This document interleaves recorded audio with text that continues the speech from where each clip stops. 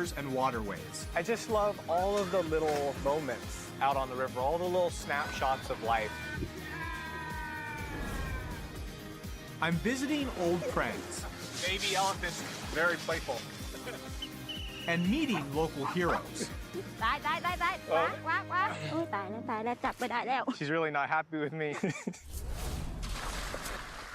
To discover this country's unique connection to water How do I go turn the other way?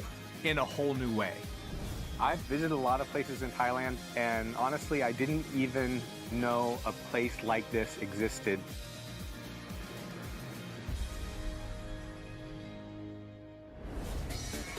I'm starting my trip at the perfect time. I'm in the middle of the world's largest water festival on Khao San Road in Bangkok. Songkran, as it's known, marks the start of the Thai New Year and of the rainy season. For 3 days every April, the entire country shuts down to engage in a nationwide water fight. And it's a great mix of people. Young Thai people, tourists from all over the world.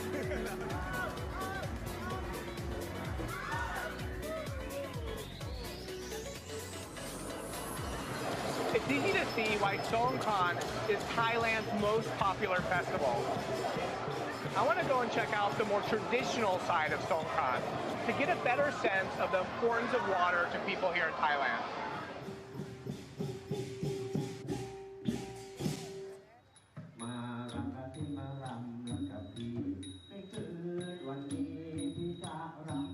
I'm at King Rama II Memorial Park. And I'm here because this is where families celebrate a more traditional side of Songkran. This centuries-old festival goes back to the roots of the Thai people. Tied to farming communities, it was a time to give thanks for a good harvest and to mark new beginnings. So this is how I imagine Songkran like 100 years ago. This is a song a rice farmer is singing. He's trying to flirt with a girl that he likes.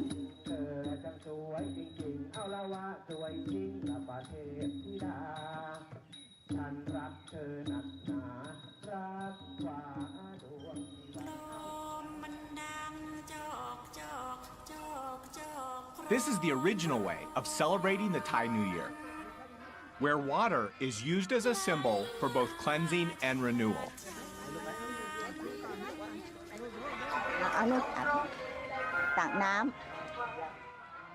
And then ask for a blessing? Yeah.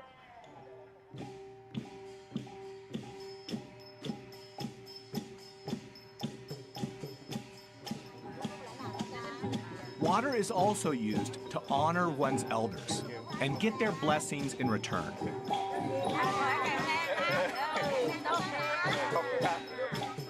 It's great to be able to compare and contrast traditional Songkran and what Songkran has become for a lot of people. That's the way Thailand is. In Thailand, you get this great mix of tradition and contemporary ways of celebrating. And it's all connected to water, the essence of life. I first came to Thailand in the 1990s to study freshwater fish. I spent a lot of time on rivers, traveling up and down rivers, and it was clear to me how connected people here are to rivers and water. And that's why I've come back. I'm going to travel Thailand's two major waterways, starting south at the Chao Phraya River and then north to the mighty Mekong, before I end my journey back at the source and the heart of Thailand's Central Plains. I want to understand what rivers mean to Thai people and how they have influence and are still influencing people's day-to-day lives. And the first place to start is the capital. Like any big city, Bangkok has its share of roads, traffic, street lights, and skyscrapers. But believe it or not, in the beginning, Bangkok's highways weren't made of concrete, they were made of water. I'm in one of the principal canals that runs through Bangkok with travel writer Steve Van Beek. No place better encapsulates how much Thai culture is bound to water than here.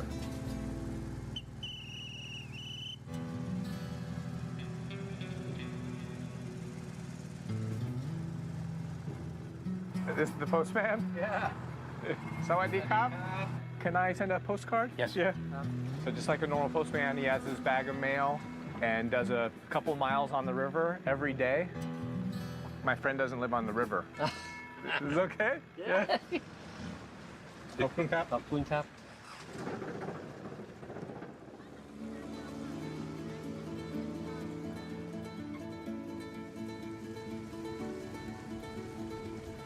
Seems like this is the side of Bangkok that most people don't see. Yes.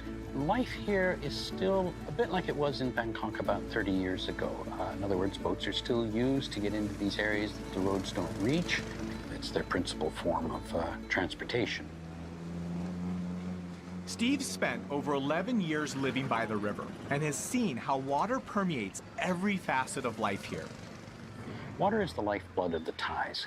If you understand the importance of water in the development of Thailand's agriculture, its commerce, its history, etc., and if you look at water values as they take place in daily life and such, I think you have a pretty good understanding of who the Thais are and what's important to them.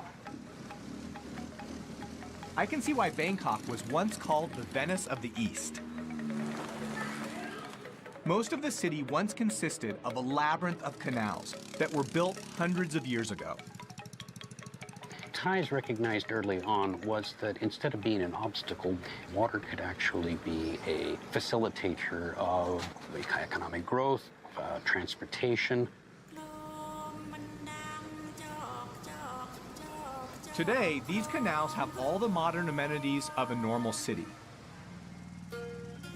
From postal services to even floating banks. But population growth, urbanization, and pollution have taken a toll on the health of the river, negatively impacting communities and marine life. And not many of these canals have survived. Most of the canals were paved over to make roads. Once we went to road transport, we kind of turned our backs on the river. Though there are communities here who still cherish and celebrate this riverine way of life. I just love all of the little moments out on the river, all the little snapshots of life. Tons of people fishing, kids playing in the water. I mean, literally hundreds of moments, little moments like that, that just make you smile.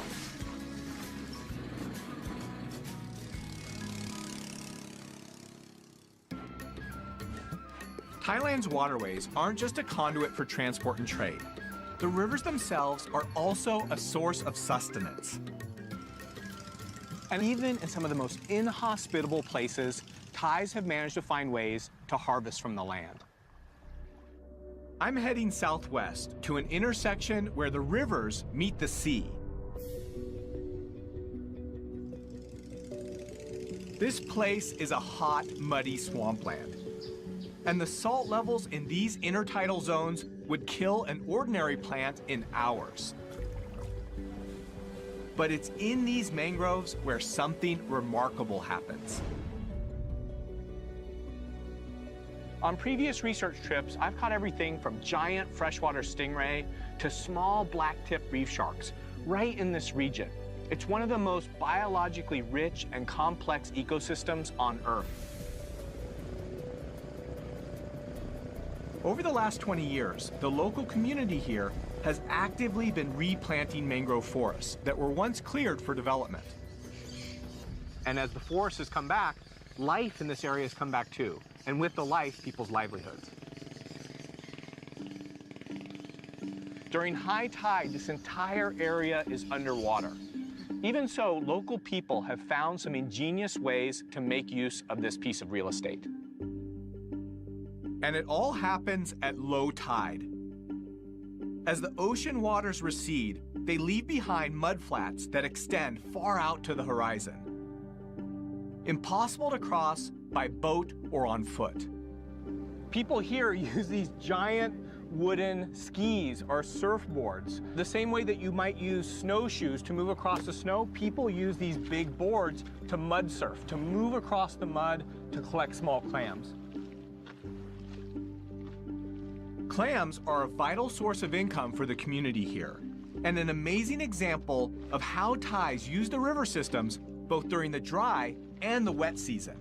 And I'm gonna find out just how it's done. Okay, let's give this a try. Time to get dirty. So, surfboard in the mud, pail to collect clams. Oh, like that. Okay. Oh, my leg's a little long. Here, Okay. feet here. Just go. Oh. Wait, how do I go turn the other way? โอ้ยเก่งเก่งเดี๋ยวมาทางนี้ฮะนั่นละใช่ใช่ Oh, I thought it was going to be easy. It's difficult to turn. Watch the professional do it. Oh, there we go. It's like swimming in a big bowl of chocolate pudding. How do you find where the clams are? How do you know? เขาจะมีรูอ่ะแต่มันจะมีหอยมันจะรูแล้วเราจะมองเห็นได้แบบนี้ So I'm just looking for holes, and then where there's a hole, feel down. Oh, got one. I found one.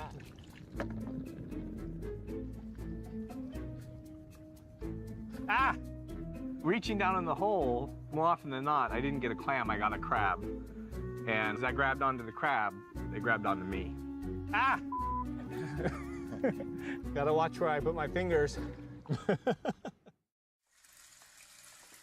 The clams we're collecting in Thailand's intertidal zone are blood cockles, small edible shellfish that grow to about 2 inches. This is hard work. It's about 95 degrees, and the sun is pounding down on us. No, นี่กี่ตัวแล้วครับ but I have about 5. Hatua. In 4 or 5 hours, how many? Can you get a bucket full? ถ้าเก่งๆก็ได้ประมาณเป็น10 กว่าโล10 กว่ากิโล 10 kilos, 20 pounds of clams in 4 hours, if you're good. But so far, I only have 6.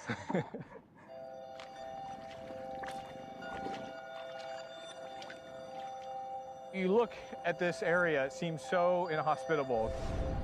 Just thick, thick mud.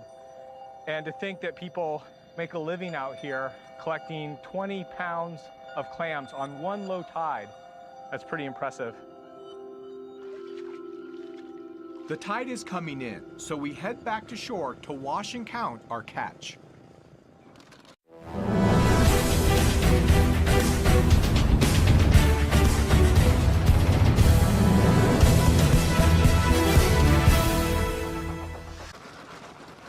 So how much can you sell these for? Lola Tarai Cup?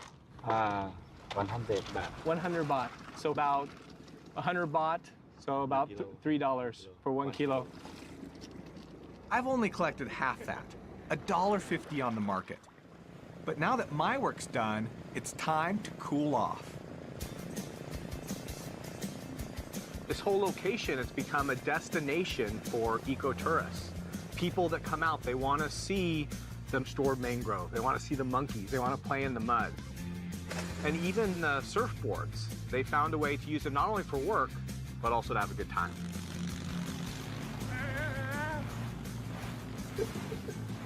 After hearing what's happened out here, it's a real success story. Families moving from cities back out here to start ecotourism businesses. Just goes to show me how resilient these mangrove ecosystems can be if given half a chance.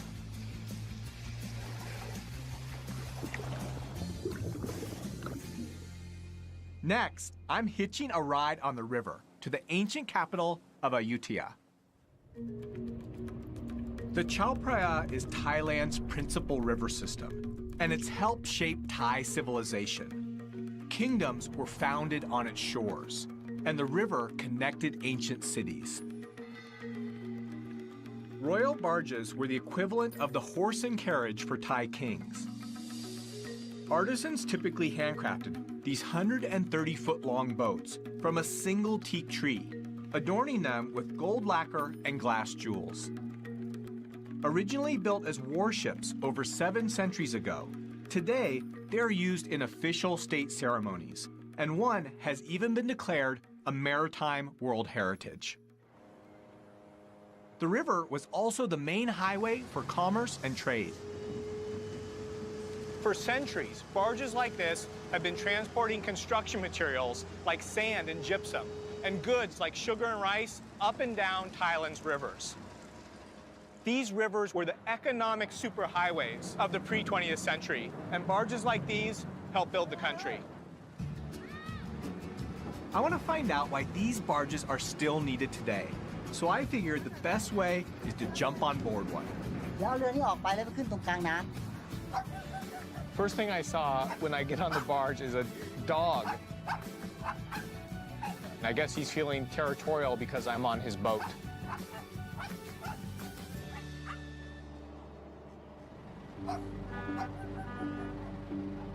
Now that we're all loaded up, we have a long, slow journey ahead of us. It's going to take us over 20 hours to cover just 62 miles. Which is pretty crazy if you think about it, because a truck could cover that same distance in about 2 hours. We're heading toward the city of Ayutthaya. Only 100 years ago, this river was filled with thousands of barges. Nowadays, as roads become the more popular method of transportation, the barges are dying out.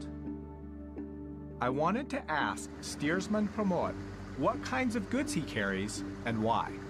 อย่างขนข้าวอย่างเงี้ยมันเอาไปเยอะกว่าประหยัดน้ำมันกว่า And so people still use the river like they did before. ใช่ใช่ถนนก็ไม่ติด I guess it makes sense. You can move more goods more cheaply if you're not in a rush. Pramod lets me have a go at the wheel, but not before a crash course in towing 3 92-foot-long barges carrying over 1,000 tons of soil. What happens if I need to stop the barges? If I turn the wrong way, I have to stop the barges. How do I stop them? แต่มันไม่มีเบรกเวลาจะเบรกเราต้องถอย เข้าเกียร์ถอยหลัง He says no brake. So you imagine all of that weight, all of the inertia. It's impossible to stop.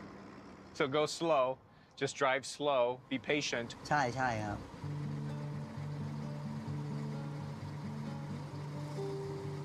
How long have you been driving the barge?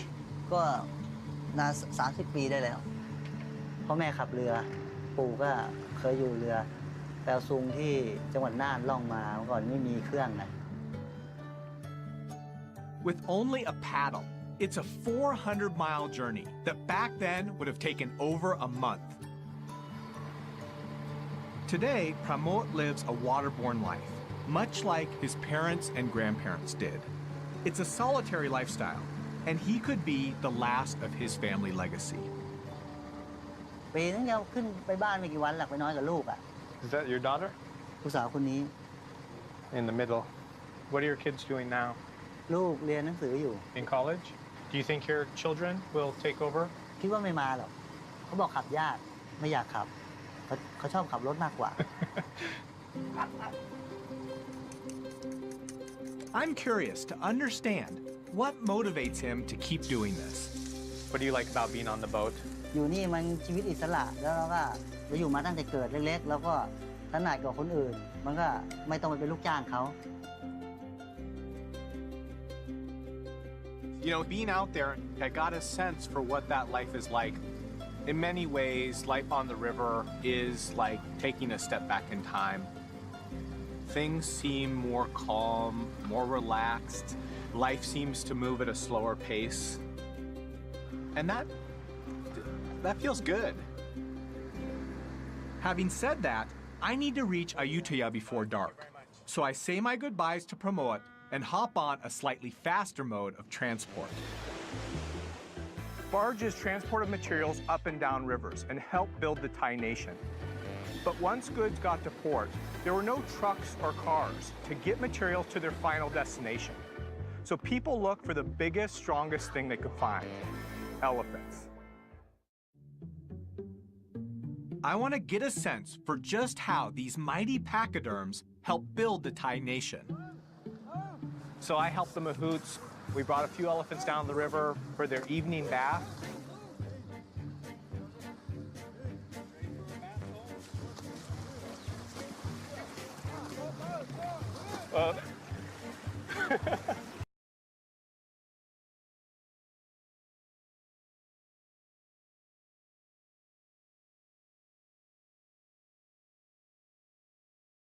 Lower pace. And that feels good. Having said that, I need to reach Ayutthaya before dark. So I say my goodbyes to Pramod and hop on a slightly faster mode of transport. Barges transported materials up and down rivers and helped build the Thai nation. But once goods got to port, there were no trucks or cars to get materials to their final destination. So people looked for the biggest, strongest thing they could find, elephants. I want to get a sense for just how these mighty pachyderms helped build the Thai nation. So I helped the mahouts. We brought a few elephants down the river for their evening bath.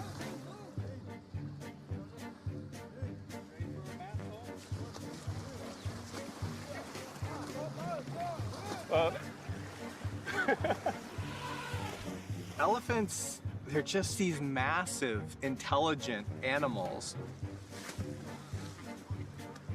There's just something about an animal that big and that strong that you have to respect them.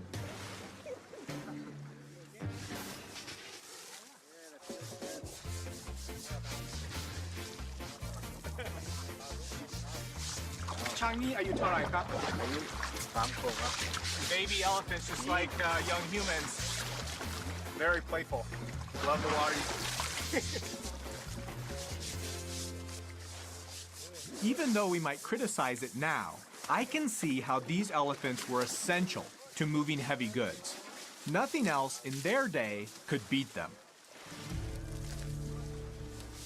Northern Thailand, the logs would be cut and elephants would carry them down to the river. The logs would be floated all the way down to Bangkok, a journey that could take up to 5 years. When Thailand banned logging in the late 1980s, the elephants and their mahouts were left without a source of income. And there was a problem until recently in Thailand. The mahouts would take elephants into big cities and keep them up long hours, a lot of times all night, to beg for food from tourists. So the camp that I visited rescued elephants from unhealthy situations and provided them with the food and the care that they need to keep them healthy. Considering there aren't a lot of other alternatives, it's one solution.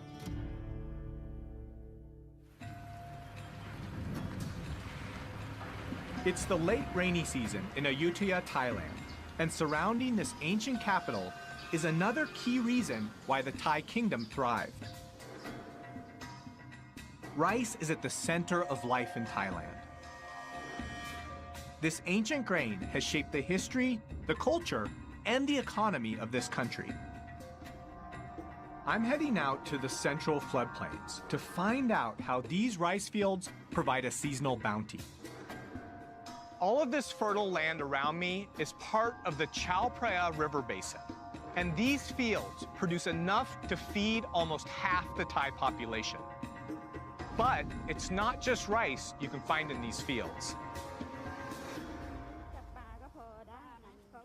I met a woman named Mali who offered to show me how to catch fish out of rice fields.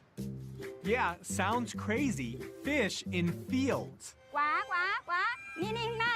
The first step was to catch small frogs.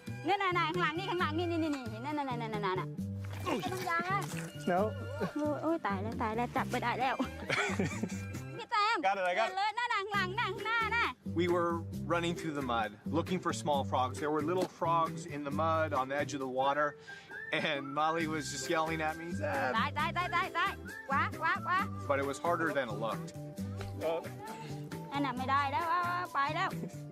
They're so sneaky, aren't they, Molly? Molly's teaching me how to catch bait, the bait that she uses for snakeheads, and this is one of the snakeheads' favorite prey. But she's really not happy with me. Only one. How many frogs do we need for bait? So we have 5. She said that we need at least 20. Says I'm not good way. Oh.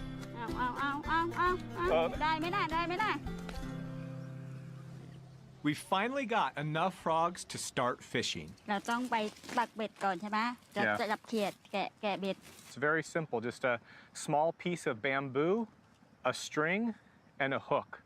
And Mali makes these herself at home.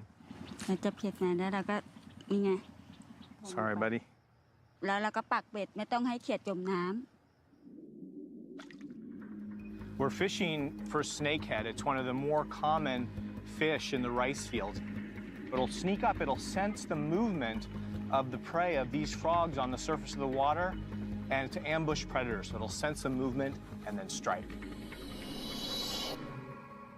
Mali, the snakeheads, aroy, mai? อร่อย Aroy.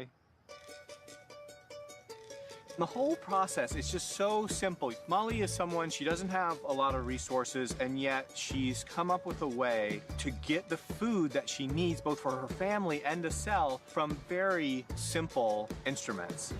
เพราะว่าเราจับเขียดปักเบ็ดนี่เขาจับกันมาหลายปีแล้วใช่ไหมคะแต่ถึงเวลารุ่นเราก็ปักไปตามโบราณที่เขาว่ามา ที่มีน้ำนี่มันก็มีปลาตลอด เพราะมันไม่แห้ง Molly saying during the rainy season, all of these areas are connected from the river to the rice fields, and the fish that she relies on spread out all over the rice fields. So it's that cycle of the rainy season that connects most of the lands around here.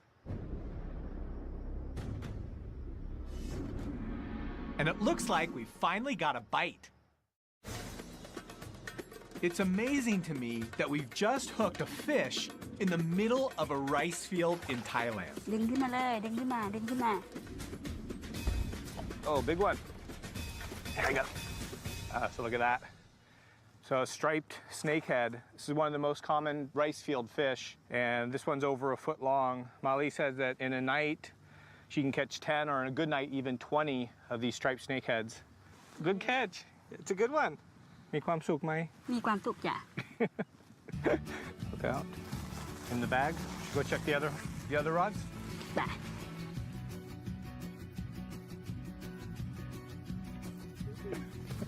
You know, think of all the things that she's getting from the water. She's getting fish, the rice, frogs, snails, crabs, shrimp, all supplied to her from the small bit of land that she has and from the river and the water. It really goes to show that even floods are turned into something positive here. The abundance and diversity of fresh food from Thailand's rivers has given rise to one of the most famous cuisines in the world. I've asked local resident Rapi Udomrat to show me how some of these wetland ingredients are used by her family. It looks like we have some typical ingredients for Thai food: garlic, shrimp paste, and pepper. Eggplant. This is Basil. basil. We use a lot of chili. Oh.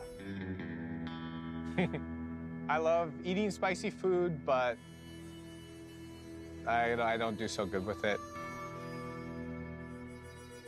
So, okay, show me what to do. First, you start with pepper, Pepper.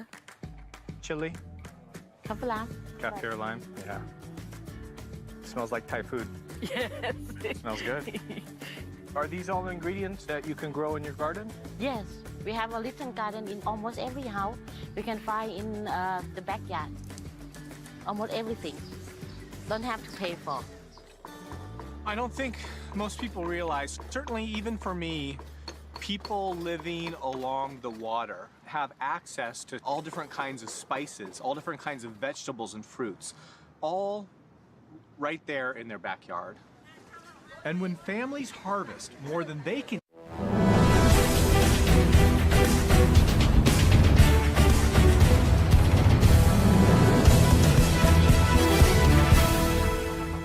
the river itself provides the space to sell it. When we almost finish, we feel sticky. Yeah, it feels sticky now. You like to try it? Sure. Oh. Is it spicy? A bit. For Thai.ฝรั่ง I don't know. Wow. Yeah, spicy.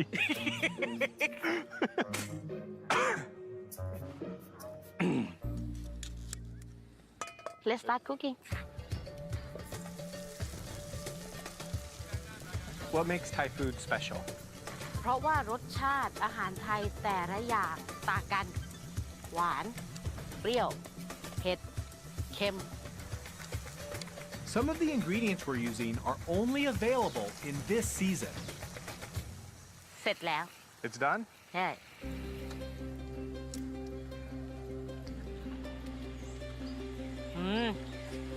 Very good, yeah. We're heading out to have our meal on a boat with Rapi's aunt. I want to find out how families here utilize this seasonal bounty. Some curry. Thank you. Were there a lot of fish in the river back then? ปลาเยอะมากพอน้ำขึ้นมาก็จะมีปลาเล็กๆเราก็จะสามารถจับปลาด้วยมือเปล่ากุ้งแม่น้ำด้วยทานจนเบื่อ She has some great stories about what it was like living on the river when she was younger. There were so many fish and crabs and shrimp that they would get tired of catching them. Too many to eat. There's some simple ingenuity to life here. People harnessing the river, channeling the rice fields, learning how to get food from around their house from the water. It's something that people in cities nowadays, we just don't get to experience. We get most of our food from supermarkets. I would love to live in Thailand. I love the idea of having a place in Thailand on a river somewhere, growing my own fruit and vegetables, raising my own fish or catching my own fish. I'd love to do that someday. It's November and the start of the dry season in Thailand. As the water levels in the river drop, it becomes much harder for people here to make a living planting rice or catching fish. But even as the river recedes, it gives birth to new ways of harvesting from the land. My journey continues on Thailand's other mighty river that planted the seeds of Thai civilization over 4,000 years ago. This is the Mekong River. It's one of the largest rivers in the world. It flows for over 4,000 kilometers through 6 countries: China, Myanmar, Laos, Thailand, Cambodia, and Vietnam. It's beautiful here. It truly feels like one of the world's great rivers. Feels more wild, more remote. One of the reasons why the Mekong River is special is the way the river changes from season to season. In the dry season, there are places along the river where you could almost walk across. In the rainy season, the water level comes up by over 10 meters, flooding huge areas of swampland and forest. I've come here in the dry season to see how people have adapted to the changing cycles of the river. As the water levels drop, the fish catch becomes much smaller. But the Mekong leaves behind rich, fertile soil that sustains locals here throughout the dry season. Man, check this out. This is pretty cool. During the dry season, people plant vegetable gardens on the exposed riverbank. You can see long bean, lettuce, cabbage, tomatoes, cucumbers, all in this one plot. Everywhere I look, I still see fishermen casting their nets. So I join a local fisherman, Lung Son, to find out how even at this time of year, people manage to catch fish. First up, the quintessential cast net. Just like that. It looks easy, but it's complicated. So the idea of a cast net, you sort of twist your body, you throw it out, the net expands into a large circle and then drops in the water and sinks down, trapping whatever fish are below the water. Yeah, but it's gonna sink into the river. How do I? ต่ำนี่เบี่ยงสิแล้วก็เบี่ยงไปเลยเอา Okay, here we go. You ready? Okay, 1, 2, 3. Oh, I caught a boat. หาอยู่ที่ดีอย่างได้เนี่ยเก่งเลยยอด Lungson tells me that because the catch is smaller in the dry season, fishermen will hedge their bets and set up a whole bunch of different traps. This is a funnel-shaped trap made with bamboo, and there are some strings inside the trap. When a fish swims into the trap, it rubs up against the string, tripping the trap door and trapping the fish inside. We set the trap to check back on later. Next, Lungson and I retrieve the gill net he set last night. We'll just move along the net from one end to the other, lifting it up and feeling for fish.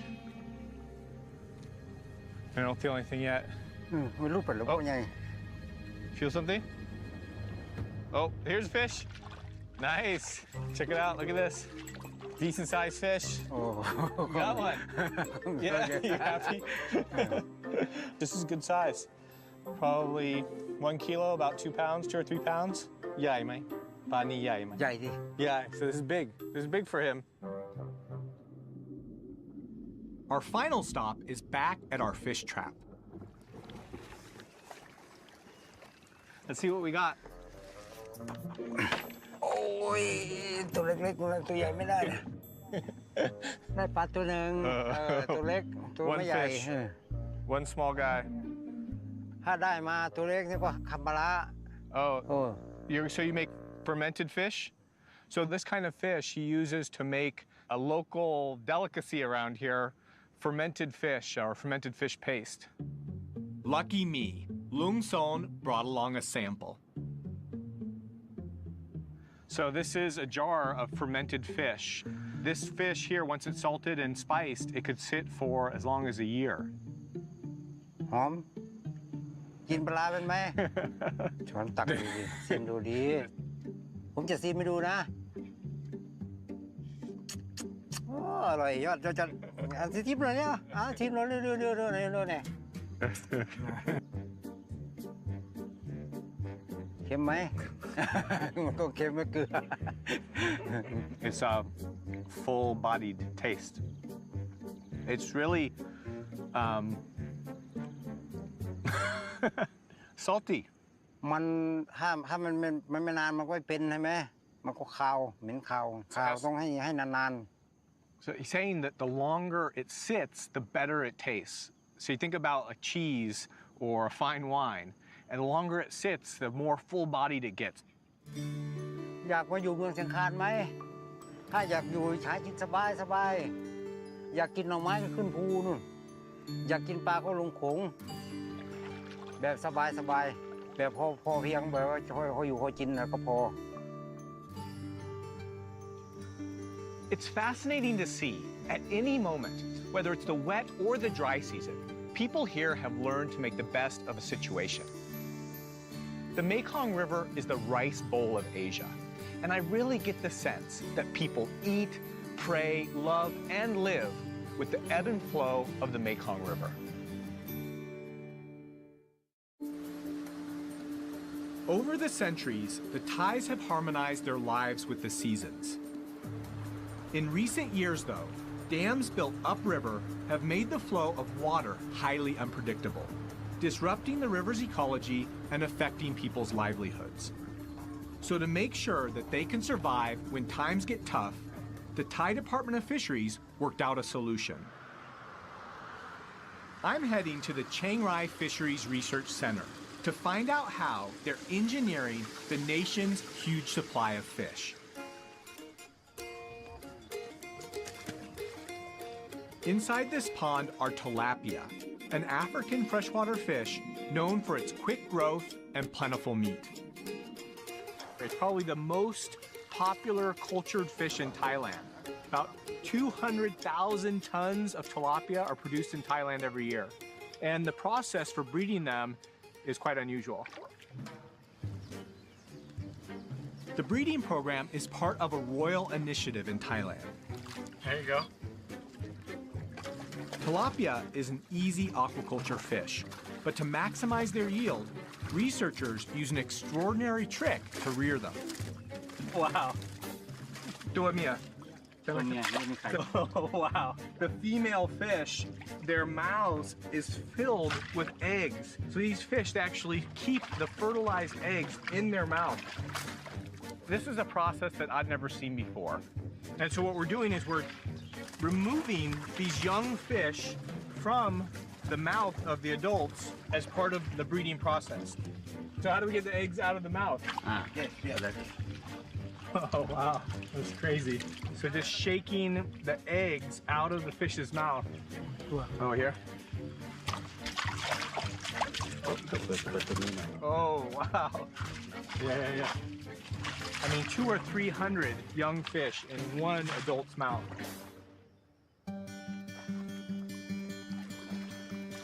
The whole point of this process is to collect the young fry and introduce hormones into their feed to change the sex of the fish to male. Male tilapia grow much quicker and larger than females, which equals more fish for farmers to eat or sell. This center is an amazing example of just how much Thai people rely on fish and water. And it's this sense of connection that has led to the call to preserve the country's wild water havens. I'm heading back to the Central Plains to look at a conservation project at the heart of Thailand's river systems.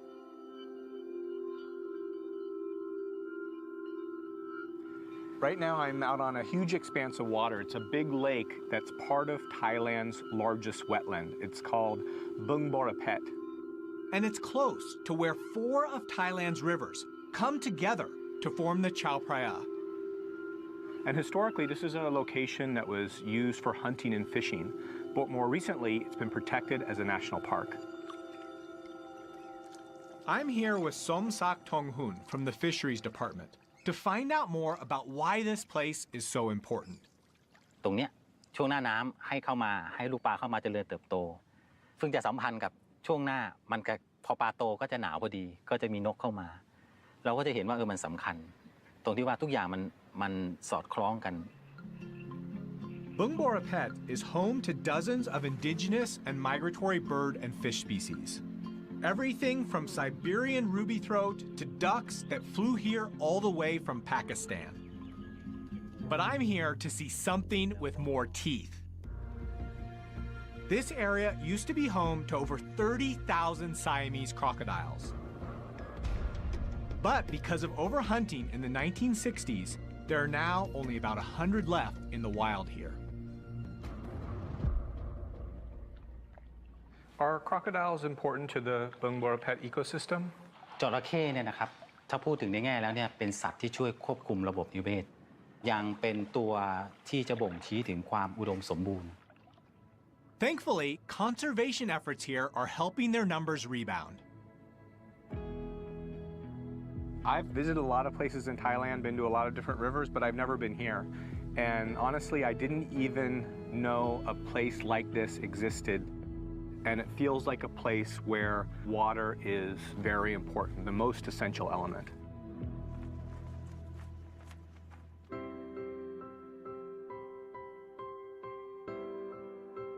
You know, as I travel up and down the river, I feel like each stretch of river captures a different moment in time.